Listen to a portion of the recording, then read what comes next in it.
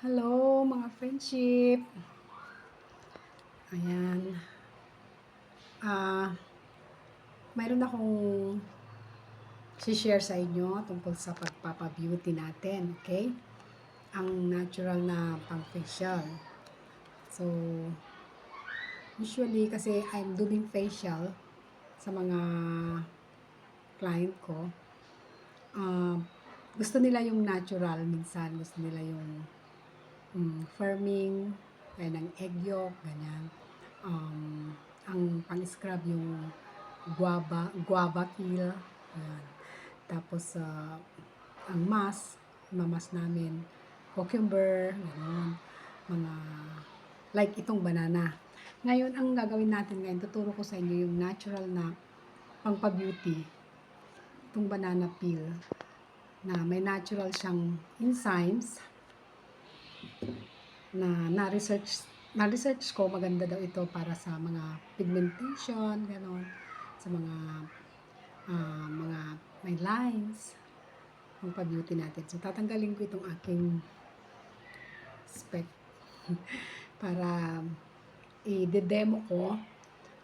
Pagkakain kayo ng banana, huwag nating itatapon itong balat ng banana natin, okay? So, after washing your face, bawa kung sa morning, ganyan, gusto nyo mag-beauty rest, ganyan, or sa gabi, so itong balat niya, isa natin itong balat, and then, of course, i-cleanse mo muna yung face mo. Nag-wash ka, tapos, ito-tone mo muna, tanggalin mo yung mga impurities niya, gano'n. Ayan. Para malinis. Tapos, ito yung parang mas mo after matone yung face mo. Okay? So, after matone, kung gusto mong i-massage muna, imamasahe muna natin siya. Mamassage muna natin siya, ang ating face. Para paglagay mo nung banana peel na pinaka-toner mo, ayan. Okay? Mamassage mo siya sa cream na ginagamit mo. Okay? Always up. Up.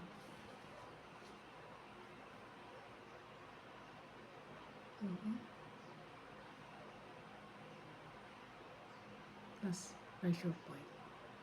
Pangpabata.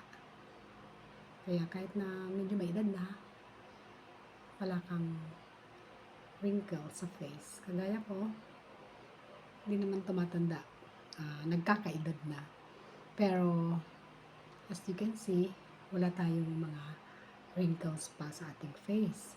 Kasi, nasa beauty line tayo. So, alam natin kung paano natin aalagaan ang ating face. Yan. Okay? Yan. Yan. Ganun lang. Beauty finger. Okay? Gaganyan mo siya. I-exfoliate mo muna. Mamasad mo muna. Tapos, ang gagamitin natin, ito pa. Sa ating mga eye bags dyan. Okay? 1, 2, 3. Ito ulit. 1. Small circle. Malabit na circle dyan. Gagawin mo siya. Para sa 3 times. Ito mga beauty tips natin.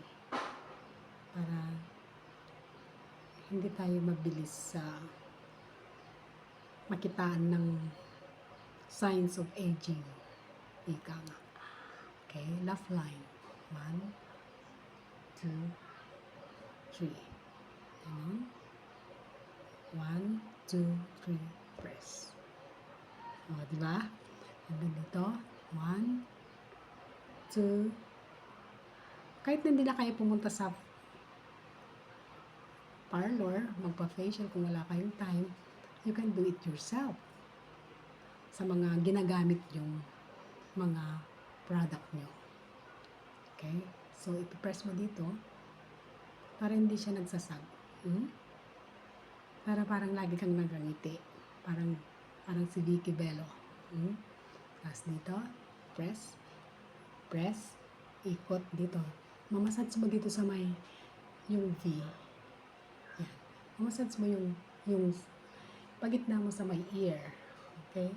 I-rub mo siya para parang magkakaroon siya ng magbablush yung face mo.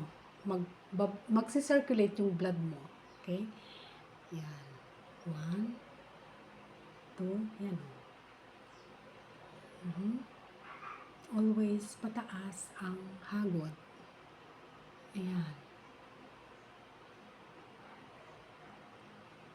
Free consultation for yung beauty tips natin for today.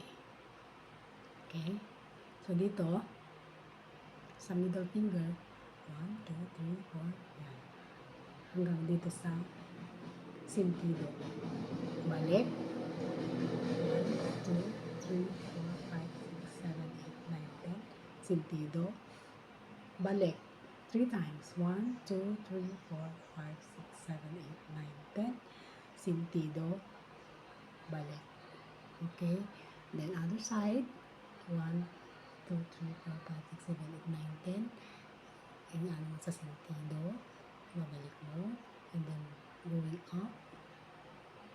Ayan. Parang, inaano mo yung facial skin mo going up. Okay? Ayan. Then,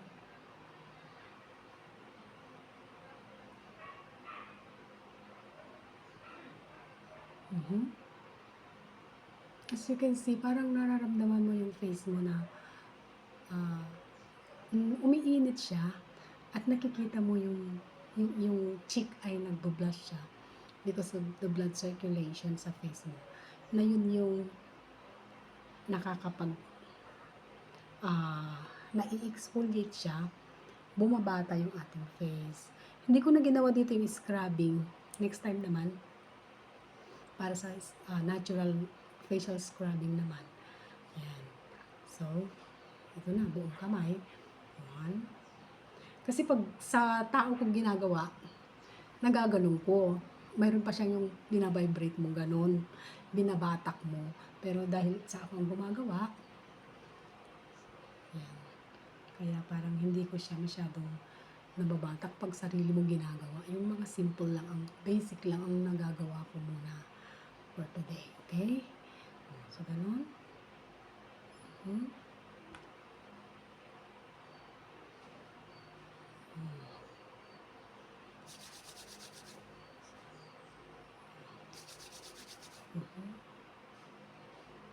Dito. Okay. Yun. Ganun lang kasimple yung pagmamasahe sa ating face. Basic lang yun. Pero pagka ginagawa ko sa iba, marami pang mga variation yun ng aking pagmamasahe. So after that, meron na naman tayong sponge or cotton. I-cleanse mo na naman yung nilagay mong massage cream. I-cleanse mo na naman siya bago natin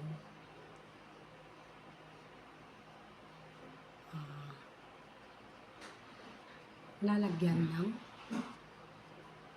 mask na yung banana peel na sinasabi kong natural mask para sa ating face. Okay?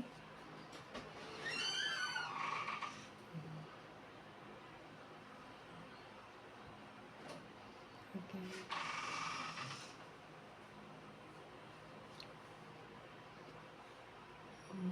Ayun. Then, after nun, ito na yung sinasabi kong banana peel.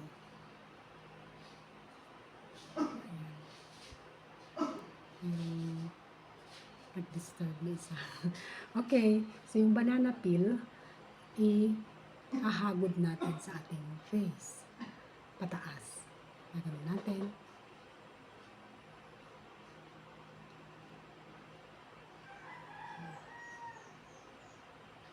So, mayroon siyang